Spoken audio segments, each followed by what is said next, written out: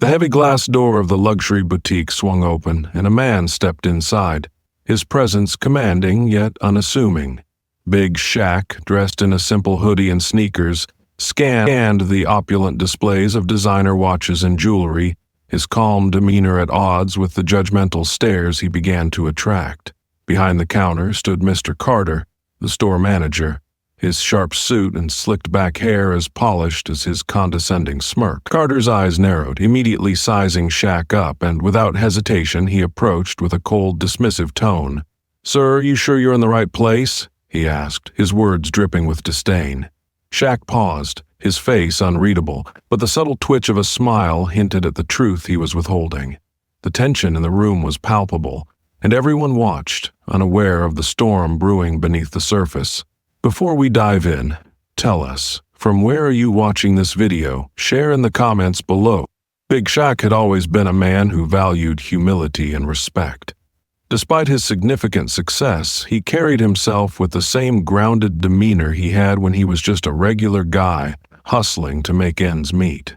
His casual attire and laid-back personality often led people to underestimate him, a reality he had grown accustomed to over the years. That day, as he walked into the lavish boutique, he was on a mission to find the perfect gift for a close friend. The store, known for its exclusivity and expensive offerings, catered to an elite clientele. Its pristine marble floors and glimmering chandeliers created an atmosphere of wealth, but beneath its luxurious facade lay a culture of judgment and arrogance, particularly toward anyone who didn't look the part. Mr. Carter, the manager, embodied that toxic culture. For years, he had built a reputation among employees and customers alike as someone who was quick to judge, slow to listen, and entirely driven by appearances.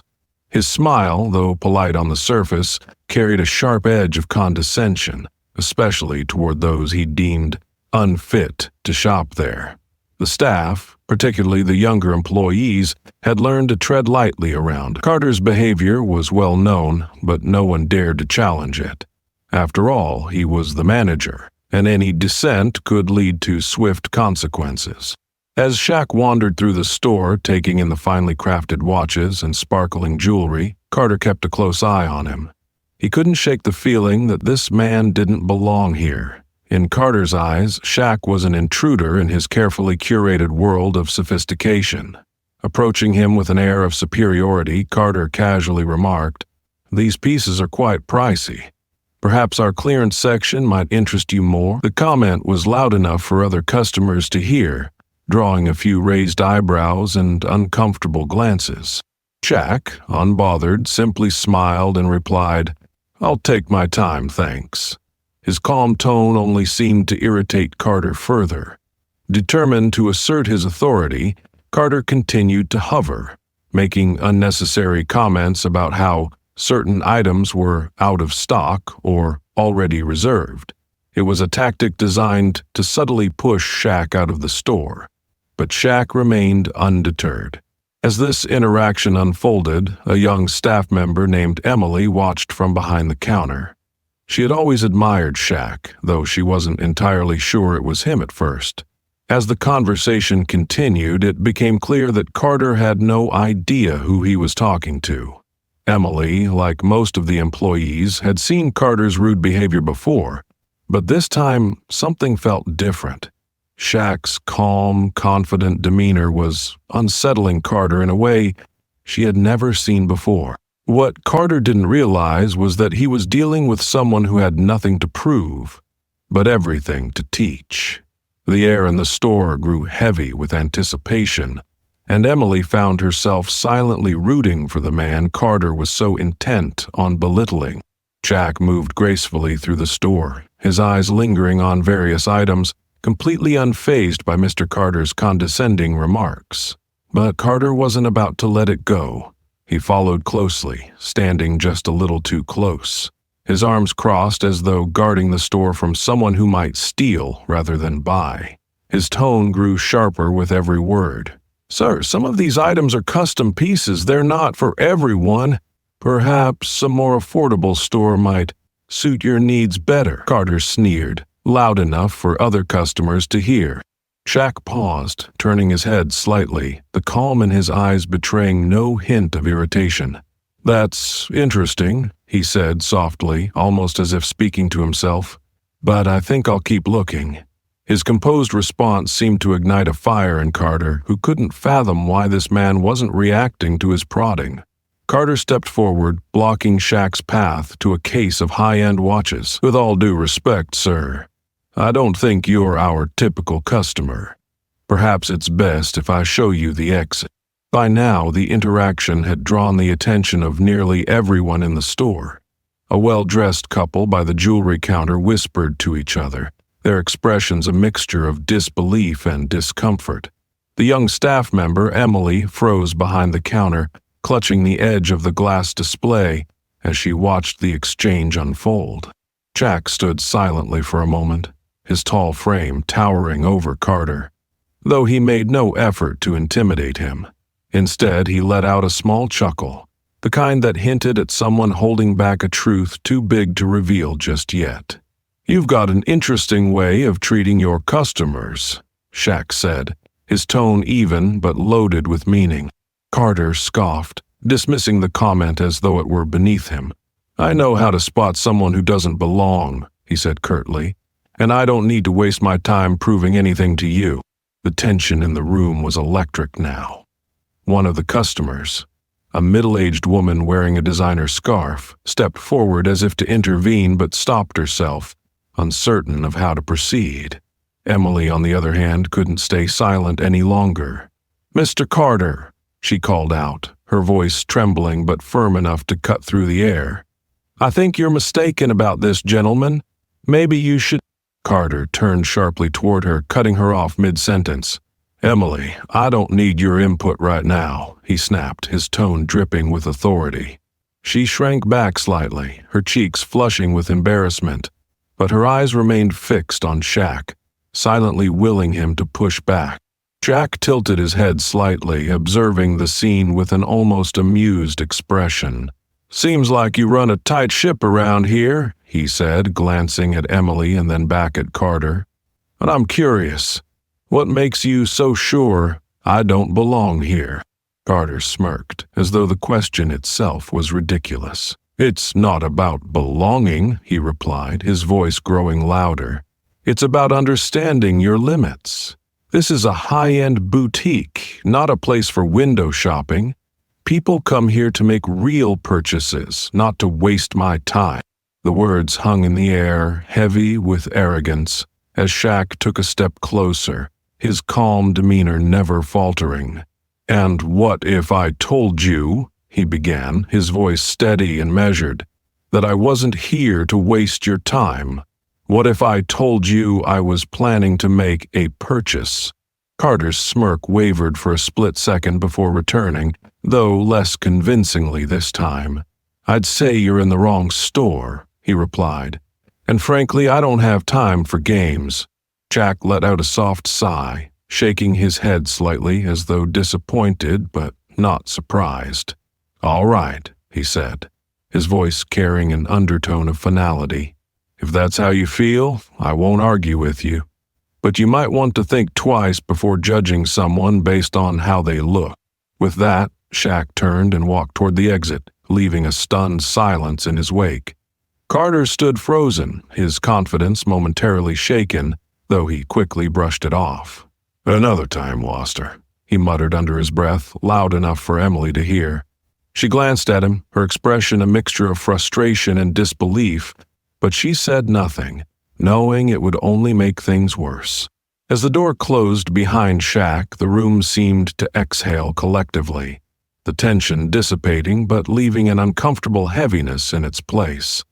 Carter, oblivious to the shift in the atmosphere, returned to his usual routine, convinced he had handled the situation as he always did, with authority and control. But Emily couldn't shake the feeling that something bigger was about to happen. She had seen Shaq's face as he left, the calm exterior masking something deeper. It wasn't anger or defeat. It was the look of someone who knew they held all the cards. And though Carter seemed unaware, Emily was certain that this wasn't the end of the story.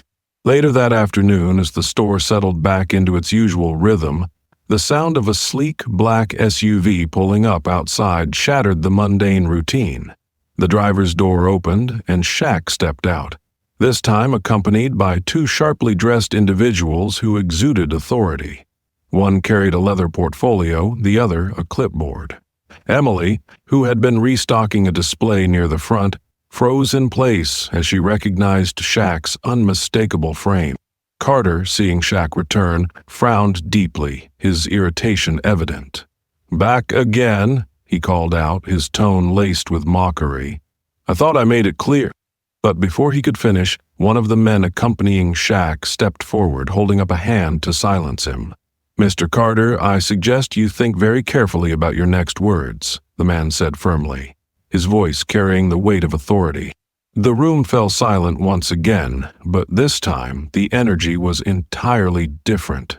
Carter's smug expression faltered as realization began to dawn on him, though he had no idea just how much his life was about to change. Carter's face twisted in confusion, his usual smugness giving way to unease. He glanced between Shaq and the two men, his confidence visibly wavering. "What's going on here?" he asked, his voice faltering slightly. "If this is some sort of joke, I don't have time for it." Shaq stepped forward, his towering presence impossible to ignore. The playful glint in his eyes was gone, replaced by a seriousness that made the entire store seem smaller. "No joke," Shaq said, his voice low but commanding. "But I think it's time we talked about how you treat people." One of the men accompanying Shaq pulled out a sleek leather wallet, flipping it open to reveal a badge. "Detective Marcus Reed," the man said firmly. "We're here on behalf of Mr. Shaquille O'Neal to address an ongoing issue with this establishment." Carter's eyes widened as he processed the name. "Shaquille O'Neal?" he repeated, his voice barely above a whisper. His gaze darted to Shaq, and recognition finally set in. The realization hit him like a freight train. This wasn't just another customer. This was Big Shaq, a globally recognized icon standing in his store. The other man holding the clipboard stepped forward and began speaking. "Mr. O'Neal has informed us of your discriminatory and unprofessional behavior. Unfortunately, it seems this isn't an isolated incident. We've received multiple complaints about the way you treat customers and staff, and today you've managed to cross a line you can't come back from." Carter's mouth opened and closed as he struggled to find words. I didn't know," he stammered, his usual bravado completely stripped away. "I had no idea who he was." Shaq raised a hand, cutting him off. "It's not about who I am," he said, his voice steady but sharp. "It's about how you treat people, period. It shouldn't take a celebrity walking into your store for you to show basic respect." The customers who had been quietly observing the scene began murmuring among themselves. Emily, still standing behind the counter, watched in awe, her heart pounding. She had never seen Carter so utterly dismantled, his arrogance reduced to a pitiful display of excuses. Carter began, only to be interrupted by Detective Reed. "Save it," the detective said coldly. "We've already spoken to several former employees who were more than willing to share their experiences working under you. And let's just say the picture they painted isn't pretty. Hostile work environment, discriminatory practices, the list goes on." Carter's face drained of color. That's not true," he sputtered, desperation creeping into his voice. Shaq shook his head slowly, his expression a mixture of disappointment and resolve. "You know what's true," he said, "and so do the people who've had to deal with you. But here's the thing. I'm not here to ruin you. I'm here to make sure this stops." The man with the clipboard handed Carter a document. "This is a formal complaint that will be filed with the corporate office," he explained. "If they don't take immediate action to address this, legal proceedings will follow. Consider this your warning." Carter stared at the document in his hands, his fingers trembling. For the first time, he seemed to grasp the gravity of the situation. His carefully constructed facade of control had crumbled. leaving him exposed and vulnerable.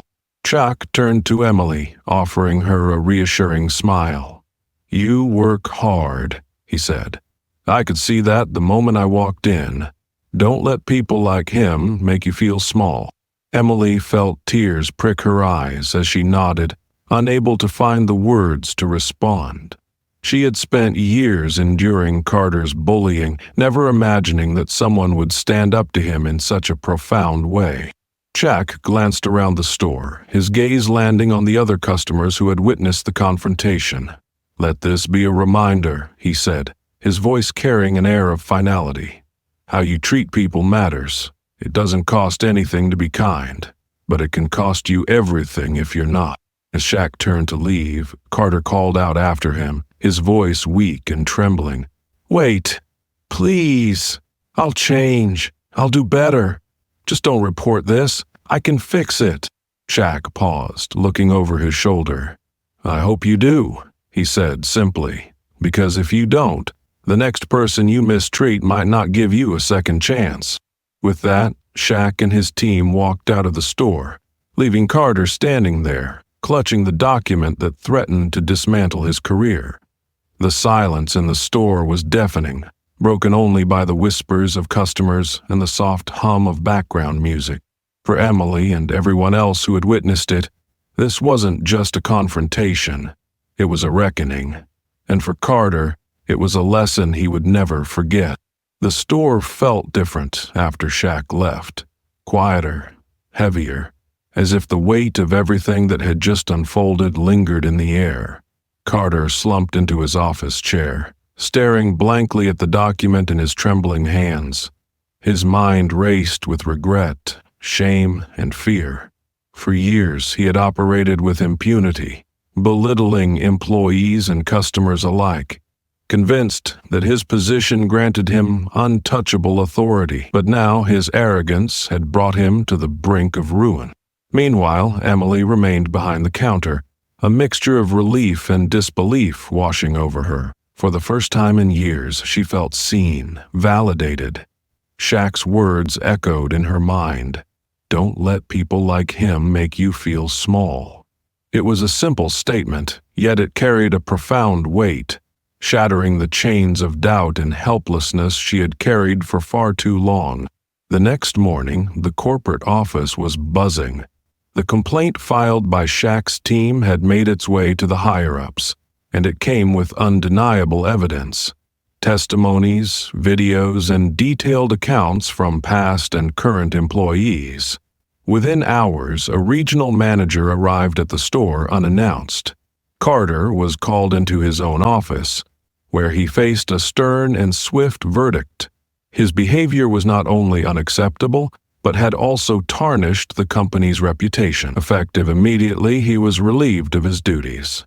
Emily watched from the counter as Carter packed his belongings, escorted out by the regional manager. There was no farewell, no sympathetic glances from employees or customers, only silence. For someone who had thrived on control and intimidation, his departure was the ultimate irony. Quiet, unnoticed, and devoid of the power he once wielded. The weeks that followed brought a wave of change. Corporate introduced new policies to ensure employees felt safe and respected, and Emily, for the first time, began to see her workplace as a space of possibility rather than dread. As for Shaq, he continued his mission, quietly making a difference wherever he went. He didn't seek recognition for his actions. It wasn't about fame or applause. It was about justice, kindness, and the belief that even the smallest acts could create ripples of change. And for everyone who witnessed that day in the store, one thing was clear. Respect isn't earned through power, but through humanity. Where are you watching this video from? Let us know in the comments below.